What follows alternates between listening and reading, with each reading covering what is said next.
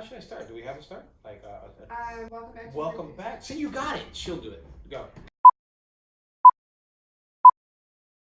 Welcome back to Free People, Free People. This is week 2 and our second conversation that we're having today with you guys. I am Tanya. This is my husband, Felix. And that's Lion right there. He doesn't like his beanie. He thinks it's too warm. If either of us pass out, we're actually on the 5th day of our master cleanse, and Lion will be finishing the show because he's the only person who's absorbed some nutrients today. So last week, not only did we launch our first episode of Free People, we also launched a physical Free People. So we mentioned a little bit that we have a space in downtown LA, and we opened our business and our space to friends and family and strangers off the street. So we started something called Free People Social Night. So as far as this conversation goes, you don't have to be in the building to be in the house, but since the house is here in Los Angeles, we figured we'd open it up for some people to come hang, talk about maybe some challenging stuff, network a bit, and maybe even showcase your stuff. So the way we decided to curate something that might have been in your heart from the last year or maybe deal with for the next year was we decided to throw up these keywords. We have a bunch of really interesting creative friends, and Harry shared his reel, and it was super eclectic, from commercials to music videos, Bad Bunny to Cardi B to I don't know what. Right after that, he kind of talked about creating in the film world. So it's really cool to hear the perspective of a filmmaker. So we threw up all these words, I downloaded an app, and I entered every word, and the app picked the word validation. And that's kind of the goal of the whole evening. Let's pick this word that might be troublesome, or let's pick this word that maybe we want to celebrate, and let's just share stories. Yeah! Milk face! And youth and families and kids are welcomed, obviously, as you see. That's just what it is. This is the season of our life where our child is top priority. So whatever we do with him. Yeah. And maybe if something sticks, we do for him. Yeah, absolutely. Yeah. I mean, it's kind of hilarious because we have no idea how any of these episodes are going to turn out, but that's just the way that parenting goes. You wake up in the morning and you don't know how the day's going to go. You don't know how your kid's going to be, but it gives you a new value for life and puts everything into perspective. And part of the reason why we wanted to start these conversations is because I think as parents, since having Lion, it has just given us a new fuel to just do what really matters to us. And work on the projects that are really those heart projects that you always say, hey, you're gonna do this thing, and you put it on a back burner. For this conversation, we wanted to share our story with you. We have been married for 5 years? 5 years-ish. It'll be 5 years this year. Soon, April. Yeah. What date in April? 24th. Oh, see? She didn't know how many years, but she remembers the day. She best believe she remembers that. Okay. Say bye, people. Bye. Bye. So you're really going to attempt to tell our story right now? I'm going to try.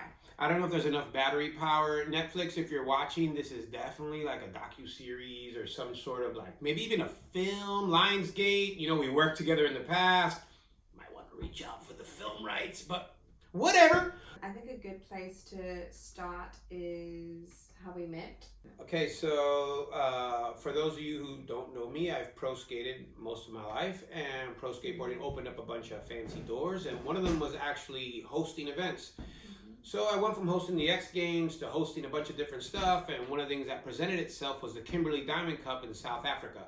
And after I was done hosting the event, I was going back to my hotel room, and one of my friends who I was there with was going back for the opening ceremonies of the event, and I was like, opening ceremonies of the event? I'm like, man, I'm all evented out, I'm done.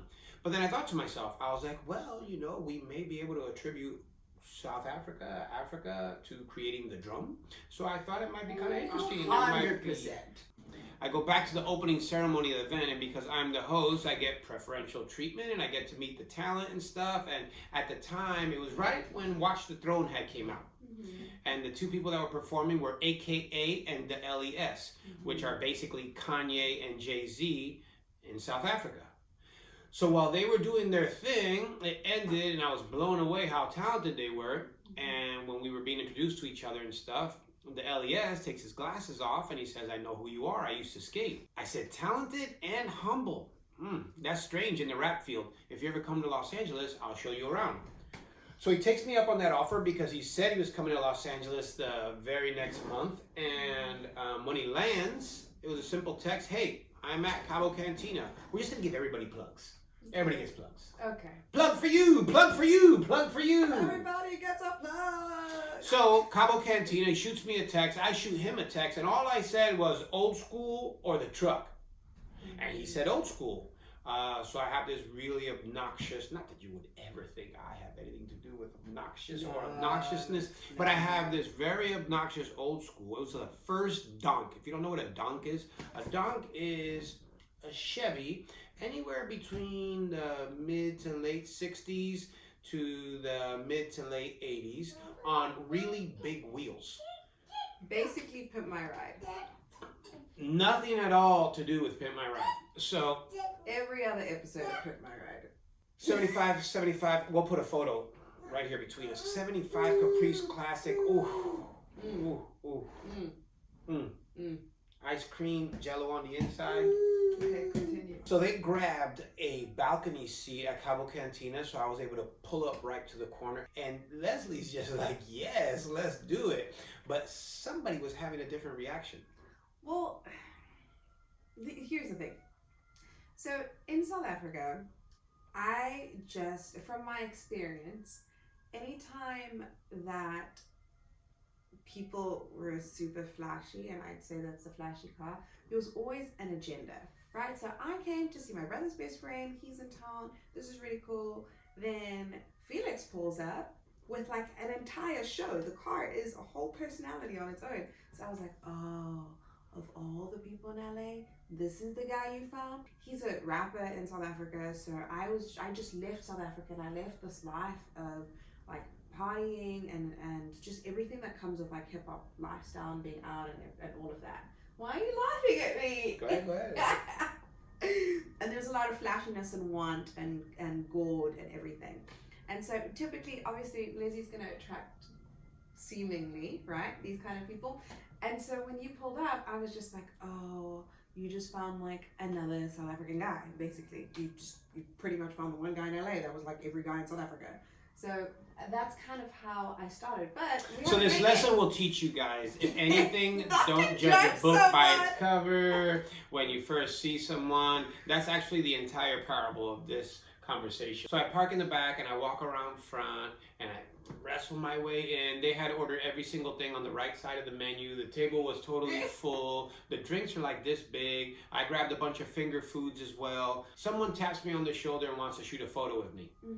So if things weren't bad enough, Tanya's like, who is this guy? Like, they're shooting photos with him. And then since I'm treating my friend, instead of doing the 17 credit cards and everybody counting money and driving our waiter crazy, I just gave the person my credit card right when I walked in to pay for the table, and that was that. So when it was time for the bill to come, there was no bill, and cue Tanya. So I find out that the bill's paid for. All my friends that are with me are like, yeah, this is like, he's such a good guy. And I am repulsed. Like, and this would happen all the time in SA. Like, you'd be out or having drinks with friends and that kind of thing. And then the waiter would come and say, oh, your bill's been paid for. But you get to the parking lot and dude's like, oh, hi, I'm the person that paid for your bill. Can I have your number? So there's always an attachment to it. So here I am, right, letting my past experiences inform this exact experience. And I'm going, no, in my head, I'm having this conversation, going, I can pay my own way. Who does this guy think he is? Why does he think he came in here, he didn't even have a drink, and he paid the bill, completely offended? Does he think that I cannot pay my own? So this is the narrative in my mind. Nobody slipped any money in my pocket while we were walking out. And then we got to the car that she wasn't going to get into. But you know what ride always looks good? The free ride. It might not be the best ride, but it was definitely the free ride. So everybody jumped in down Hollywood Boulevard. I lived up the block, I could have walked. Okay. Continue. This is the first time that we've tried to tell the story together. So we're like arguing our way through the story. Okay, so you'll get your turn to tell some points, you know. We were taking turns here, right? It's like tennis. You can't play tennis by yourself. I don't know how to play tennis. I'll teach you. Where were we? Pit my So I ride. drop everybody off and I go home. Mind you, believe it or not, I was winding down from my party days. I kind of really didn't want him to reach out to me, but he did. But since he did, we were going to have to turn up. So I get the text message from Leslie, what are we doing tonight? I was like, ooh, tonight. Like every major city, there's something to do every night. And you can do nothing or you can do the thing. So I drove from downtown LA all the way to the Standard in Hollywood to pick up Leslie. And then Leslie lets me know that we're going to meet the girls that we met earlier at Bungalow in Santa Monica. Halfway there, we get a message from the girls at the Bungalow. You want to chime in right now? You don't like this piece of the story? I just said, don't even bother coming here. The line is too long. We're not going to get in. So good looks on her. She gave us the heads up, but I threw out a couple text messages and, you know, stuff was okay. The Red Sea parts, or the Red Ropes part. I give everybody hug and love. Everybody's angry at us. Like, who do they think they are? Typical LA stuff. And then we party for a little while. But the party wasn't good enough because you can't just go to one place when you can go to two places. So my friend Nico hits me. I believe it was Nico that hit me. That said Warwick was opening, and Warwick is a cool place here in Hollywood, or it used to be a cool place. Might still be a cool place. Haven't been there in years because I'm a dad now. We walk in and Les is like blown away. He sees his favorite actress. There's Snoop Dogg, Too Short. If anybody ever goes out in LA, you know you see Snoop Dogg, Too Short. No, I'm just kidding. No banging on anybody. But the week was crazy. We got in Travis Barker's studio. We made a beat with Scoop DeVille. We shot a music video with Matt Alonzo. Oh, my bad. Let me pick up these names I just dropped. I'll just leave them there and I'll pick them up after the video. This is happening like every night something's going on. I at the time was working, so I'm going to work and coming to meet up with them at night and then going back to work the next day. They're chilling during the day. And the last night before Leslie left, we ended up at Mel's Diner all the way at the top of Sunset and over in Awesome Blossom and some other fast foods. Awesome block. It's that onion that's like fried, and you break off the pieces of the onion ring of the onion and you dip it. Fourth meal, I'm saying goodbye to everybody. I think it's amazing because I can go back to my hermit life. I was reading a bunch of self-help books. My friend Fambino lives in New York. He has this cool brand called Affluent. Oh, dropped another name. Oh my God. He gave me this book that was called Psycho-Cybernetics. And in the book, 3/4 of the way through the book, it talks about getting into a community. I really had never thought of the word community for so many years. I knew what a community was. I knew many communities where a lot of gangsters hung out in New York. I just didn't think of community. It didn't really spark anything at the moment when I was reading that in the book. It was a very near memory because I was in that chapter.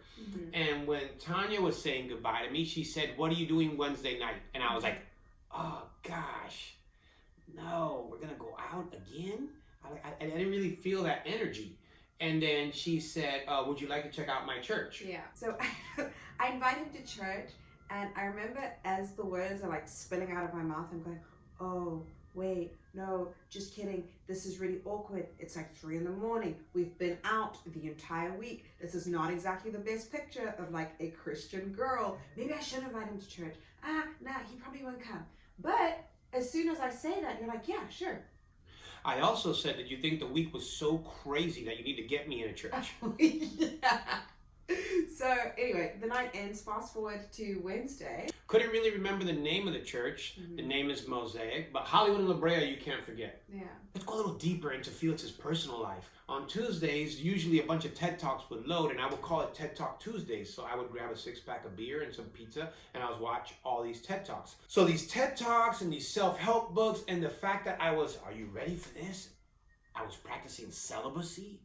All this stuff came to fruition with her invite to me actually going, what day did she say church was? And I said, I think it's Wednesday. So I decided to go up there. If any of you have been to church in the recent 10, 15 years, they don't look exactly how they used to look. 20, 30 years ago. There's a lot of progressive expressions of church nowadays, and Mosaic is probably the church that's pioneering that. And when I walked up to the front, I saw a bunch of people hanging out, having coffee and stuff, and I was like, well, they look pretty normal. Yeah, the funniest thing is that I remember I'd invited him, and I'd thought about the invitation once after that, but I thought that night when we parted, like, oh, okay, that was my brother's friends and his friends, and I invited this guy, but he's not going to come, because you invite people to church all the time, and the percentage of people who actually cross that threshold and walk into the door versus the percentage of invites that I'm giving out is like quite an extreme. So when someone says yes, it's a celebration. But she's a very special person, because the sad statistic is less than 5% of people that go to church invite people to church. Yeah. So if you're a church goer and you have that great thing that you're a part of and you're receiving from that and you're not giving somebody else the opportunity, it's super lame. Mm-hmm. I mean, it just is, straight up. Yeah, and what I didn't know at the time, and maybe this is putting the cart before the horse, but you had not been invited to a church outside of going to like Besides my brother and a wedding. No one had said, hey, Felix, do you want to come to church with me? It wasn't like totally foreign. My brother's a pastor in a Mormon congregation, and he used to take me to church as I was a child. And my dad was kind of like the pastor of the house. He'd pray over every meal. If we drove more than 50 miles, the Bible was open on the dashboard. But my dad asked my brother to take care of me. My family was working so hard. They had transplanted over from Cuba, and they're just working 6 days a week, and probably even 7. And my dad didn't connect with a church when he moved to New York. So he asked my brother to handle it. And then as soon as I got old enough, I ran away from my brother, and I would never go to church anymore. So I think that was probably like maybe a 30-something year arch. Yeah. That That's besides insane. a wedding or maybe somebody's baptism, like a child's baptism, I had been to church. Yeah. Yeah.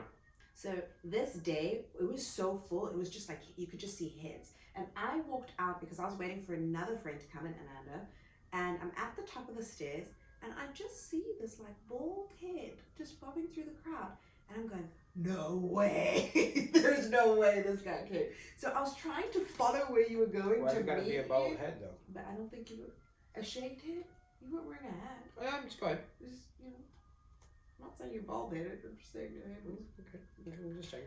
So I was trying to like find my way across the crowd to meet him in the lobby, and I meet him, and I'm the most awkward, it was so awkward.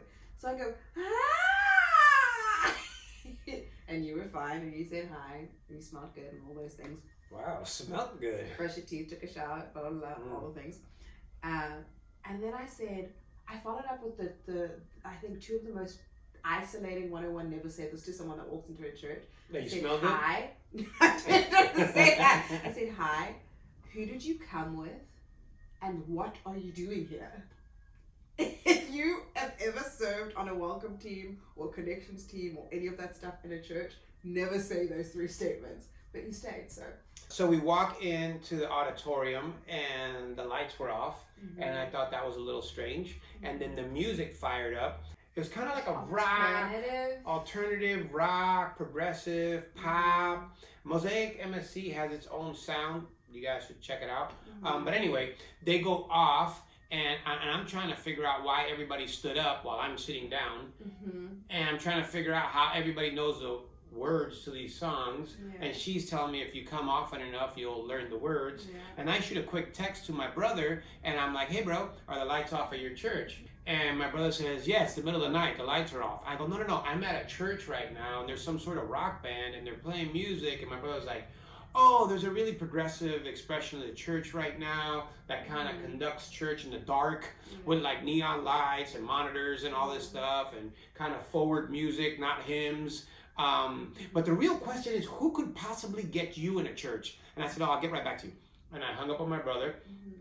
Then the 2 singers come out, and one of them's name is Carlos Pimentel, and I was like, wow. I was like, this dude's like Enrique Iglesias or like Mark Anthony or something.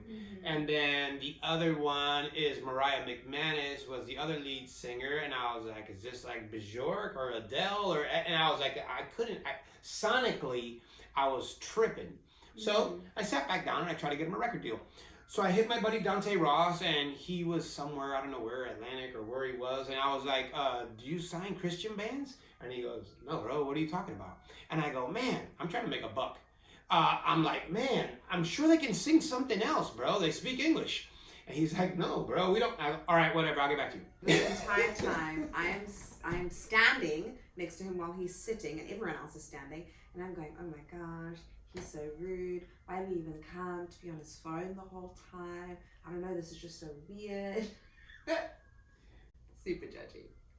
No, Tanya's being judgy. I'm a new woman now. Yeah, but you know, it's a good name for Christians to be judgy, right? Yeah, I was a very, very typical Christian. Ooh. I've shaken off my religion. Ooh. And then the pastor comes out, and the pastor was Pastor Joe Smith. And I looked at Pastor Joe Smith, and I looked at Tanya, and I said, "Where's the pastor? Who's this dude?" And she said, "Oh, that's the pastor." And I was like, "Oh, no tie, no suit, no pulpit. He's telling a funny story, no scriptures yet. It might have been a Bible. I was trying to figure out exactly what was going on. There was a Bible. So the dude reminded me a little bit of Theo from The Cosby Show and my brother. Mm-hmm. If you're not as old as I am, you might not know Theo from The Cosby Show. He's something else right now. I think he's a detective or something on TV, but Google Theo from The Cosby Show. So he had a cool sense of humor. He felt warm. He was telling this love story. I had just broken up with, not really a long-term relationship, but I probably had broken up with my third relationship. Not that there was any relationships before Tanya. It was just people that I knew of the opposite sex. And the message just kind of connected. Pero también. Takes sip. And I asked her, as the first scripture came up on the screen, I now see what the digital screens were for. It was to put a Bible verse in huge format so the entire room could see it. I was like, makes perfect sense, because how are you going to read a Bible in the dark? And then she goes, "Oh, there's this Bible app." I said, "Bible app? You can just download that." That's when I found out about the YouVersion Bible app, and I think she grabbed my phone and downloaded the Bible. Probably after the gathering, not while Pastor was speaking. And then there was versions in the Bible where you could read like NIV, that's New International Version. There's the Message version that kind of speaks like we do, maybe not exactly like I speak. Yeah, how civilized people speak. And I just couldn't believe that the Bible was this digestible. Mm-hmm. So for me to hear a Bible that I could understand and how he usefully used these verses to illustrate his story and vice versa, it was so interesting to me because it was kind of like a more intentional TED Talk. He also came out with an earpiece. Yes, he did. And he wasn't Janet Jackson. So I was like, earpiece, normal dress code, motivational message, I can do this. Mm-hmm. I said goodbye to her. Maybe didn't even take the number? My number? Yeah. You had it. So I take off, a couple days go by, and then I remember that church usually happens on Sunday again. So I decided to come back, and then Pastor Erwin McManus spoke. Okay. Wow. Yeah. If you've never heard Erwin McManus speak, you're doing yourself a disservice. Yeah. Whatever stage of faith you're in or lack of faith you're in, he will speak right to what you need to hear. And besides that, he is the most brilliant communicator I've ever heard in my life. He was illustrating paintings as he spoke. Yeah. And I was like, oh, wow. And then she let me know he's the senior pastor of the church. And then that made sense because I saw his essence in the other pastors who had spoke, and I decided to keep coming back. I kind of just want to talk about like the romantic aspect of it, because every time I tell the story, people always ask like, so were you attracted to him? Was he attracted to you? Were you just friends? What happened? You know? And I must say, even though I was the super judgy girl at the bar, I remember when he walked in, I went, wow, that guy is super hot. And then that guy is also my brother's best friend's friend, so like there's no, respect. Then the whole thing with the skateboarder came in, and I was like curious, but I almost wanted as little information as possible because I was like, I don't want to get invested in this. Absolutely not. He'll go to church and it'll be fine. So when Felix came to church, at that point in my spiritual journey, I had come to faith about a year prior. I had gotten baptized the same month that I'd met him, but my upbringing was that I was born Muslim because you take your father's faith. I grew up in an Anglican Christian school, so I was baptized and confirmed and all of that in high school, primary school and then high school. And then when I graduated from high school at 18, I left the church, so I found Mosaic at 21, and I entered into a relationship with Jesus again. And it was a turning point in my life. I always, when I tell the story, I say I was at the intersection between my past and my future, because I could have chosen to stand at the duality of like, do I or do I kind of discover who this Jesus person is, and do I engage in this faith, or do I just kind of dabble in like, oh, these Islamic cultural traditions and hold on to these things for fear of like disappointing, or just wanting to keep an even keel. I thought it was a very respectful thing to still identify, at least with the Islamic cultural aspects of things, and that's what made everything really confusing. Felix walks into Mosaic, and I'm still very early into my spiritual journey, but I'd been at Mosaic for about a year before he had, and just got him baptized. So I was at that place where you are just so excited about your faith and you want to tell everybody. That's why the invitation was so easy, right? Even though I took it back after I gave it to you. At that point in my journey, I was celibate as well. I wasn't dating. I mean, I really didn't date much, but I wasn't dating at all. I was just really focusing on my faith and what was going on in my family as well. My father had cancer, and he was essentially, looking back, I was preparing for the passing of my father. So it was not a good time to be in a relationship at all. I was just trying to focus on being in a really healthy place, and just chasing after Jesus and discovering what life with Jesus looks like, which at that point was something new every day. So we're both at Mosaic at this point, and probably a month into us being coming to church weekly together, and we would save seats for each other, or I would save a seat for him. I don't really know which way it went.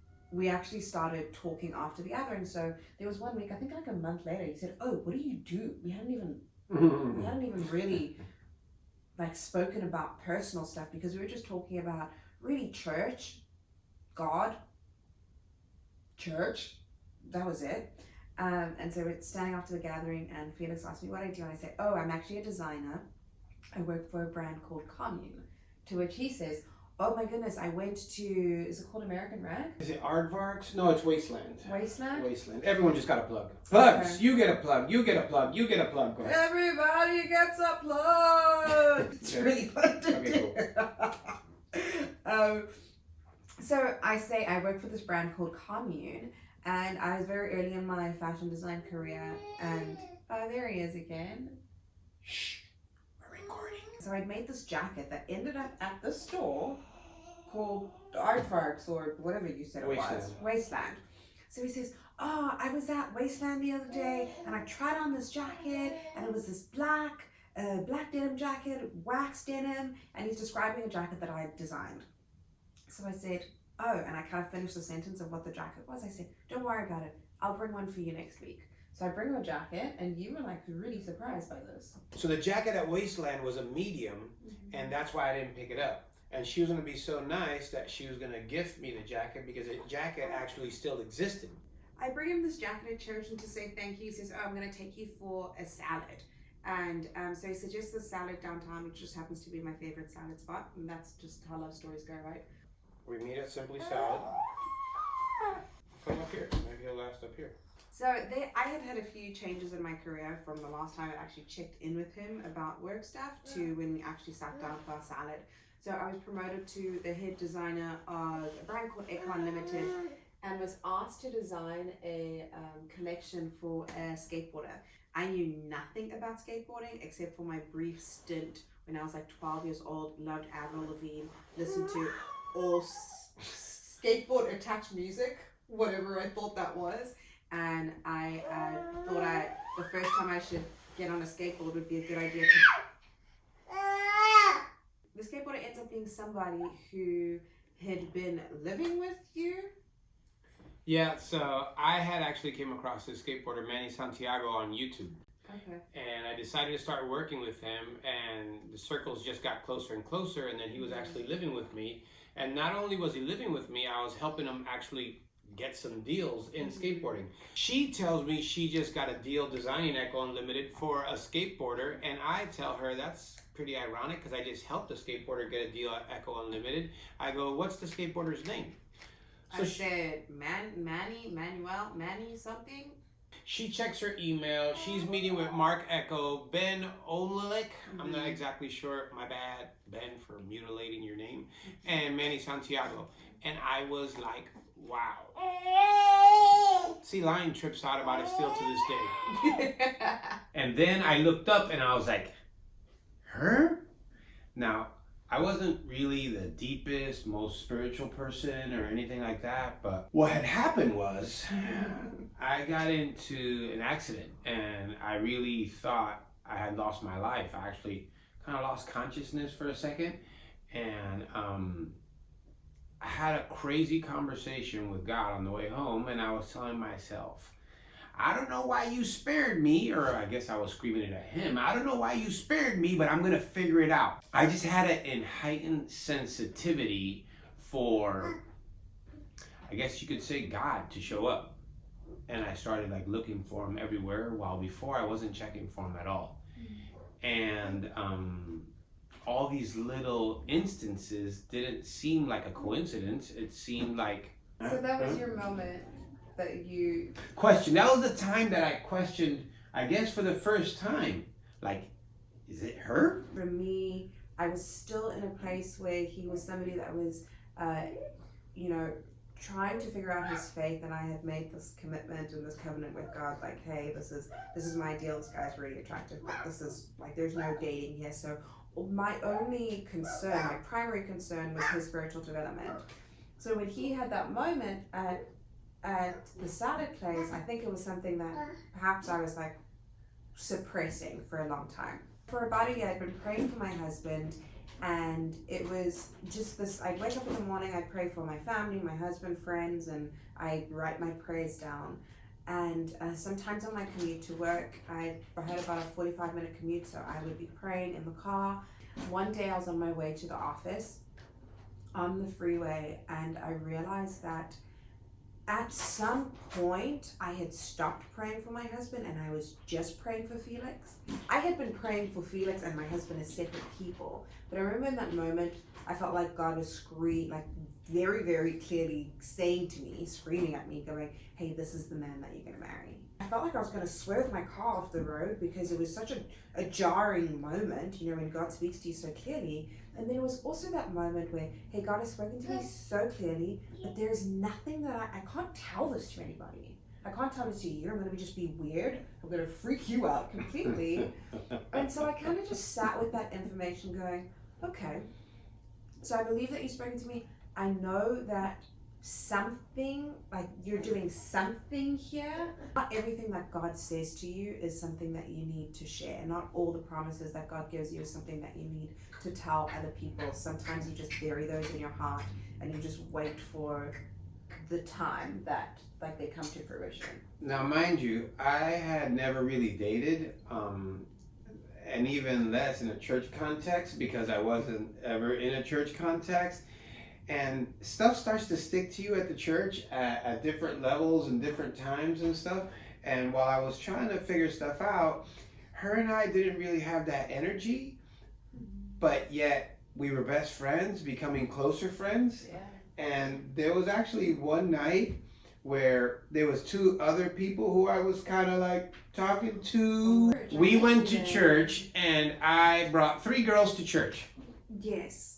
And then everybody looked at me who was kind of like in leadership, or my friends, some Bible studies I was in, and people that were close to me, and they said, what are you doing? I go, what do you mean? I go, I'm not anything with any one of these girls. Why can't they meet themselves, and why can't we let God sort it out, and whatever.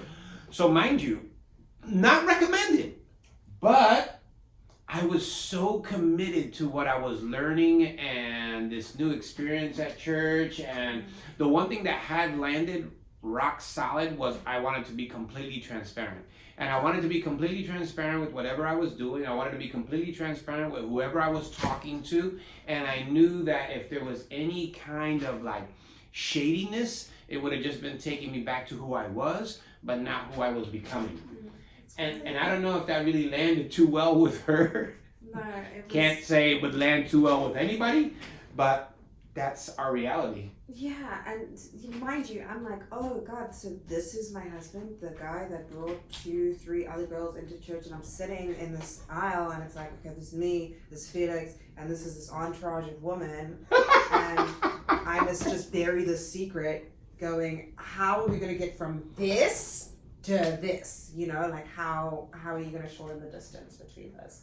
I just had to be a friend, essentially, and I had to recite that promise of, hey, my priority is your spiritual journey. My priority is that you know God, that you you create good friendships, and you have leaders in your life that can help you along the spiritual journey that are men.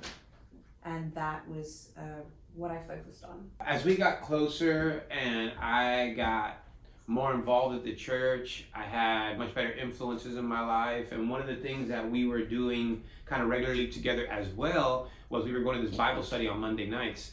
And it was just getting a little bit deeper into scriptures, and we had great mentors there, Pastor Ralph and Pam Neighbor. They were married for 35 years, and they actually taught a Bible study on their 35th wedding anniversary. And one of the things that they taught us that night that was just embedded in my mind forever was that he speaks to God to speak to her, and that she speaks to God to speak to him, and that they may disagree about whatever they're discussing, but they only have one way that they funnel it. And then, you know, you started to learn about things like fighting for each other, not against each other, and just a lot of things that always led with what was the wisest choice first, as opposed to what you were feeling. Because your feelings will fool you often, but the wisest choice will always be the wisest choice. We had a lot of personal growth in that Bible study, and then I'm gonna say it started to get a little frustrating for you, maybe. It was very frustrating at that point because we became really close friends. There was no intimacy, but there was emotional intimacy. And so when, you know, there's these messages start to get really confusing when you're like, okay, I'm bonding with this person spiritually, emotionally. This is my best friend. You're of the opposite sex, so obviously there is like this tension happening, but it's an unspoken tension. We also have not mentioned that we have a 20-year age difference. Yeah, just a little bit. Now, because we've been married for such a long time, is like, it's not even something that I bring up, but because of the age difference, I had such a big respect for him, and he had such a big respect for me. There was like an unspoken X factor. Unfortunately, her father had passed away, and a few months after that, my father had passed away, and that was also this serendipitous thing where I was going, wow, like both our fathers passed away, and we were kind of each other's pillar of support at church, and that was kind of one of the reasons why we kept messaging each other, because there was just all this commonality and all this stuff going on and all this emotional stuff going on. So while there might have been more of an angst from her because we were so close, there was kind of a more distancing from me, because I was looking at myself as 20 years her senior and potentially 20 years outside of my son's life that much sooner, or daughter's life that much sooner, if we were to get into a serious relationship. Because it seemed like to me that I was only going to get a relationship with these new parameters that I had kind of adopted at church in one way. And I was like, she's my best friend. That's what you want to marry. You want to marry your best friend. And if I marry you, we're going to have kids and this and that and the other. And then finally that all came to a head once at a good friend of mine, Pastor Emerson. We were in his backyard. Was it celebrating Lincoln's first birthday? So we're in the backyard, and I'm at the end of my road of patience, and I'm like, this guy needs to step up right now. So I wouldn't say called your bluff, but I was like, hey, like, what is going on? What are we like? What is this? You know? And then I revealed that issue I had with the 20-year difference. So both our dads had passed away. His in his 80s, mine at 60, and so you don't, like, life is so fragile, you know, and I think when you bring up the life in the timeline that we understand as humans, it's out of our control. Who knows if we're given another day? Every single day is a gift. So I just said, so how about we just live the next 20 years? It's a little short now, but I think about it.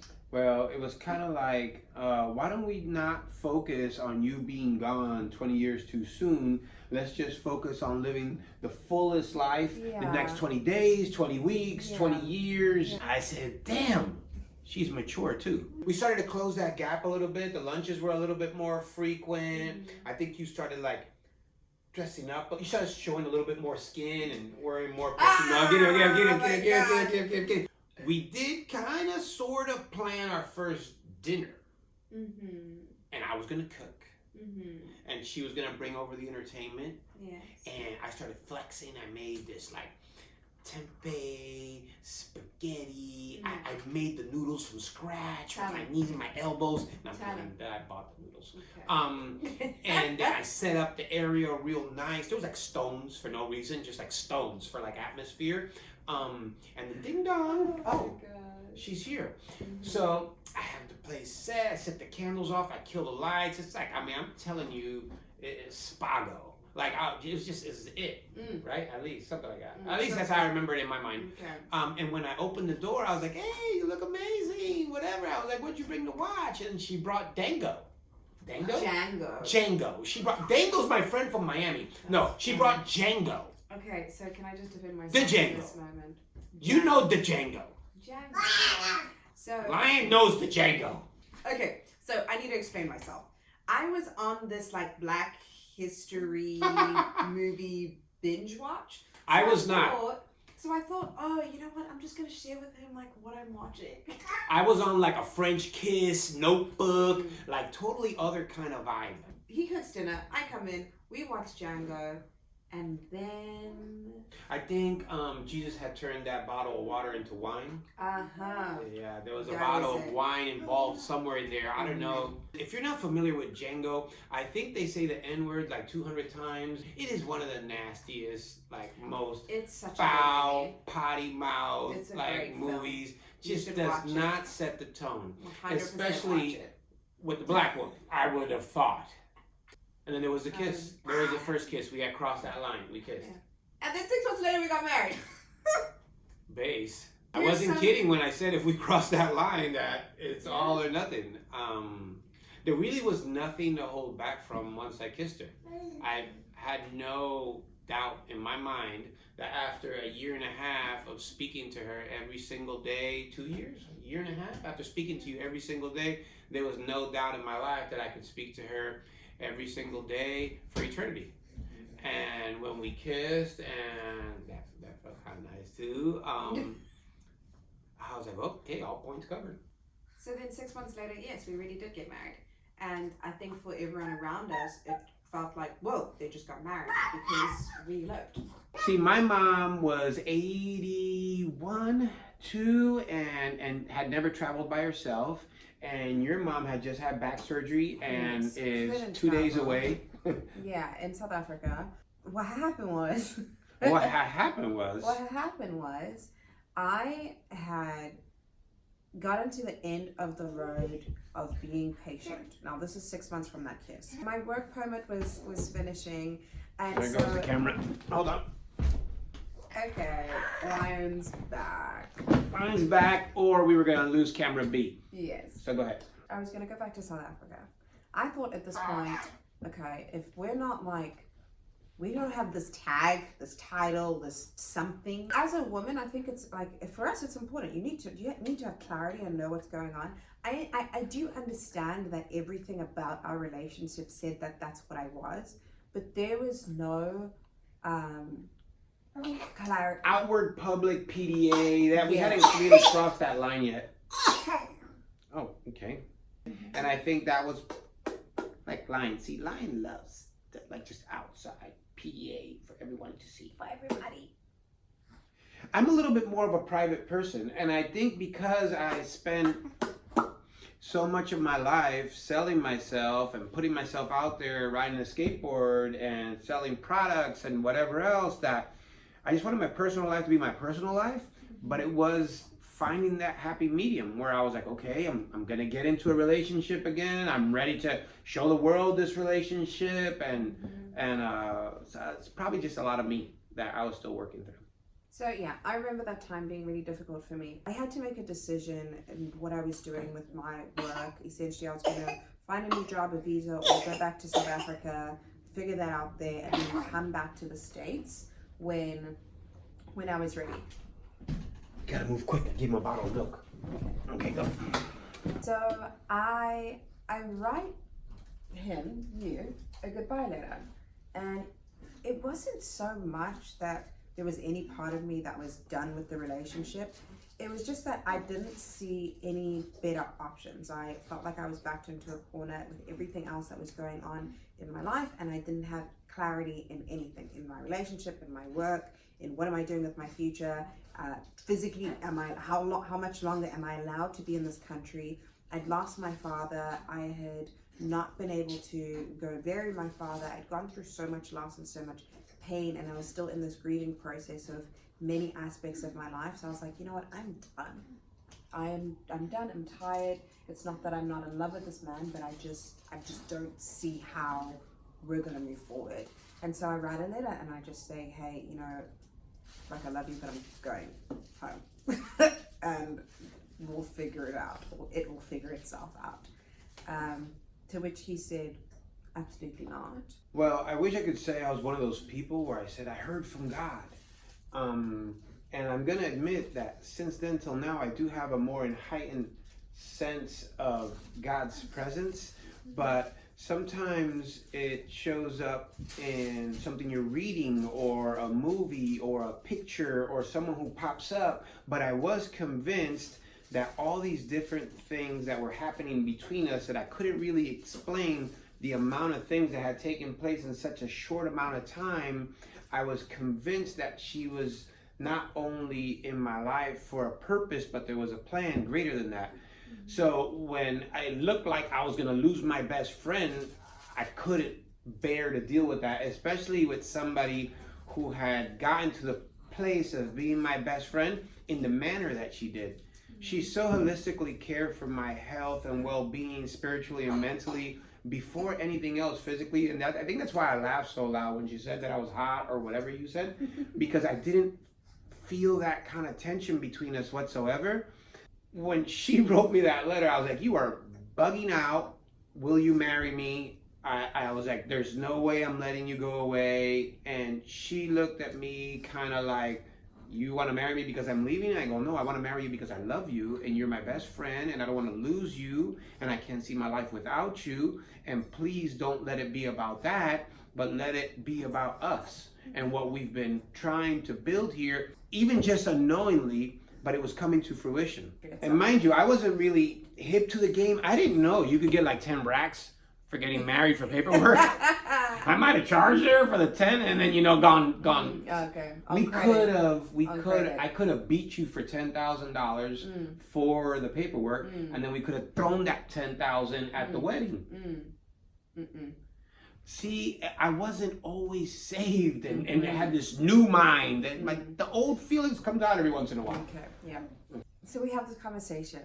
There was no, the proposal, the engagement, there was nothing romantic about it. We had the Django. That was a different night. Oh, okay. I should have rented Roots. If I would have rented Roots and led with Roots right into the proposal.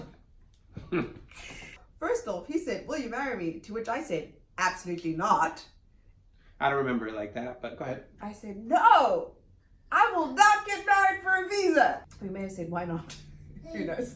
But it was just real. And I remember my mum when she told me the story about her and my dad and when they got married, when my dad proposed, she said something similar. She said, you know, there was nothing romantic about it, but there was just this deep certainty that I knew that this person was my best friend and they were going to take care of me for the rest of my life and every part of who I am. And that, for me, that was enough. I knew that no matter what happened, like, he had my back. Like, we've always had my back. I think that's why it was so easy. But the complicated part is that I needed to be out of the country like within a week or 2 weeks or something like that. I went online. I went to find the quickest registrar's office that was taking weddings. It wasn't a cute one at City Hall with like the pillars and all the things. It wasn't a Beverly Hills like fancy one. It was the registrar's office in East LA, which I think now is like under construction at this point. So we make the appointment for the wedding. We call a friend who is a photographer, who's going to be a witness, who's going to come on her lunch break, run over, be a witness, and then take some photos to prove like, hey, this just happened, and then go back to work.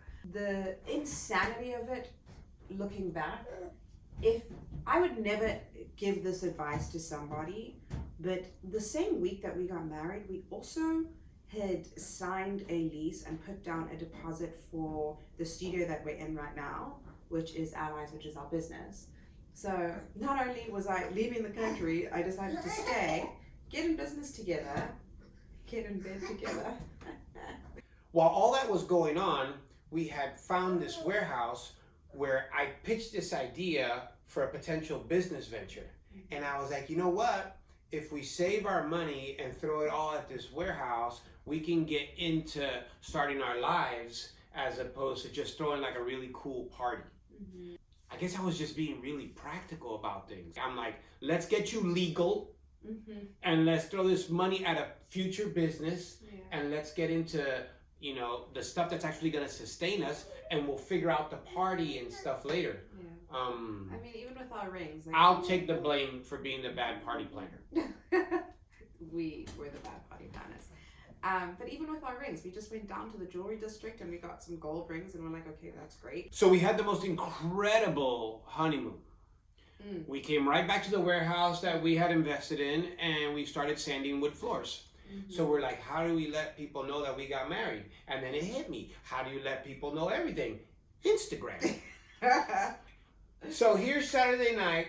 We shoot photos of our hands, and we just posted the photos Sunday morning, right? Yeah, Sunday morning. And we're heading over to church, and our phones are blowing up, and our parents are kind of freaking out too, and our relatives are kind of freaking out too, and everybody's finding out at a different time, but kind of at the same time, and everybody's referring to the photo for proof. Yes, it did cause some conflict at the church, and that's not something that's easy to deal with. No, absolutely. Especially when you're new to a church. It was a great lesson for all of us to learn how to deal with conflict at the church. Yeah. You know, now we've been married for 5 years and we're still super involved in the church. We have been for many years. And I think now in retrospect, I completely understand the conflict that took place because, I mean, as you can imagine, like the leaders that are in your church, the people that have been on the spiritual journey with you and in your lives and helping you grow they were left out of it. They weren't a part of it. And I want to believe that the response to our marriage, which frankly wasn't the most positive It was mixed, was because people were left out. And when you're going through such a big life change, people want to celebrate with you. They want to be a part of it, however big or small that entails.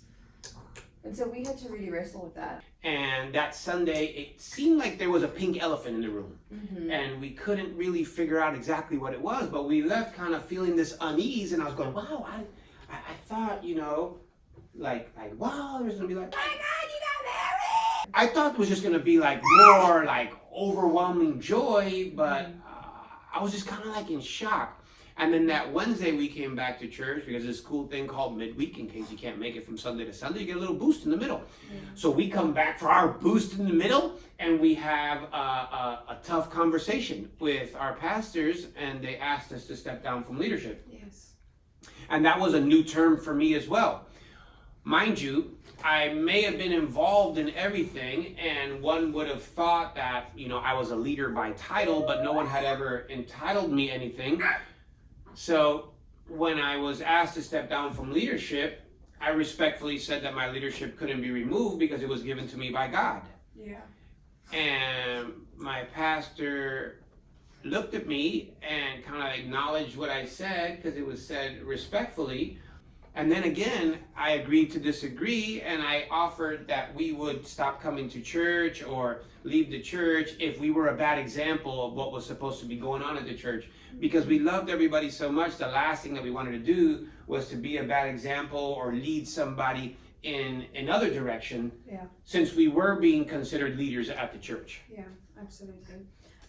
It was perhaps one of the most challenging moments of conflict that I've ever experienced, because you're going through a time that should be one that's filled with joy and celebration, and because of the way that we had decided to get married and people had not been prepared, we had to deal with the shrapnel of their shock, and we had to process how they felt about how we felt about each other.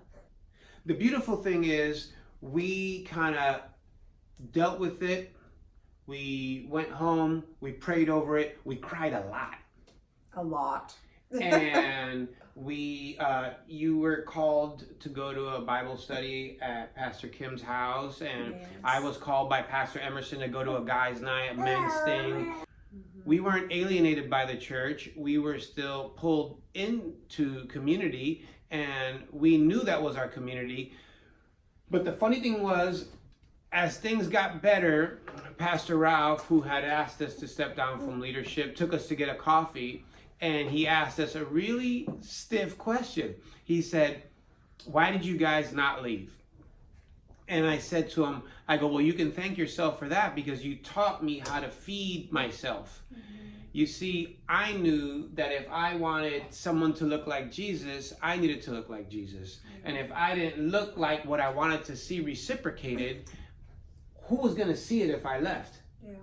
So our relationship spoke louder than our words did, and our actions spoke louder than anything else. And that really is what brought the healing. When there's conflict, you can't heal by running away. Oftentimes people look at the church kind of like it's supposed to be a new car dealership, and everything's supposed to smell perfect and be perfect and all shiny and new, when realistically that is not what it is. It's more maybe like a garage. We're all kind of working on each other. We're all kind of building each other up, and the pastor, the head mechanic, whatever, may have more knowledge about what needs to take place to make things come back to whole again. And that's where you can agree to disagree and defer to your spiritual authority and people in your life who you trust, and really look like what you want to live a life to look like. The major defining point in us reconciling was that our pastors have created such a beautiful life that that's the kind of life that we want to create. People leave the church for a lesser offense all the time. Oh gosh, someone takes your seat, they leave the church. Yeah, the bathroom's not like up to par. They leave the church. And so when you have a family and you have a fight with your sibling, your brother or sister, which if you have siblings, you've fought with them in your life. At my household, when dinner was ready and food was served, you still had to come to the table. Like, you didn't have a choice not to come to the table. And even though that there was still tension in that moment and there was still disagreement, we broke bread together as a family. That's how we exercise the power of making a choice and standing by it. Like, the church is our chosen family, and we are going to disagree throughout our lives, throughout our lifetime of being part of this community. But at the end of the day, you still have to come to the table. The truth will always surface, but the truth brings a peace. Us just being us fix things, I guess. Yeah. You know, and them just not giving up on us. Yeah. You know, if you're part of a good church, they don't give up on you. Yeah. And if you're invested in your church, you don't give up on your church. Yeah. And that's what it is. Yeah. Like, God placed the church on earth to give us all a family we may not have available. You can't choose what family you're born into, but you can choose who you make your family. Yeah, 100%. So now we have Lion. And a 2-hour conversation to edit. Yes, which you will be doing. Yeah, right. Just kidding. And a really beautiful life. We have a business that has sustained our family, that has allowed both of us to leave a corporate environment to raise our son and continue pursuing dreams and do things like free people. Lion's done. He's so done. And I've lost my wife and my child, not permanently. We will see you online very soon because we are posting these videos every Wednesday and we're meeting in person every Friday. Thank you so much. See you later. Oh, wait. You're back. Bye. Say bye, Ba. Bye. We love you. Yeah.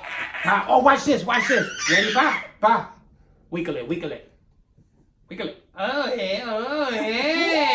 Yeah. I just thought of wiggle it somehow. He doesn't even know. Who is that? Wiggle it. Just a little bit. I want to make you wiggle it.